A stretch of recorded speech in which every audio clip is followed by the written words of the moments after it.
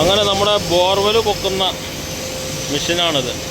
രണ്ടാളുണ്ടെങ്കിൽ എത്ര അടി താഴ്ചയൊക്കെ എടുക്കുന്ന ബോർവെൽ നമുക്ക് ഇതുപോലെ ഉയർത്തിയെടുക്കാവുന്നതാണ്.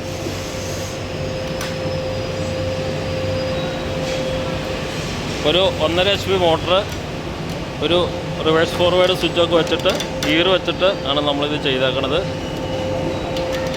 2 പേരുണ്ടെങ്കിൽ നമുക്കിത് ഉയർത്തി താഴ്ത്തിയൊക്കെ ചെയ്യാം.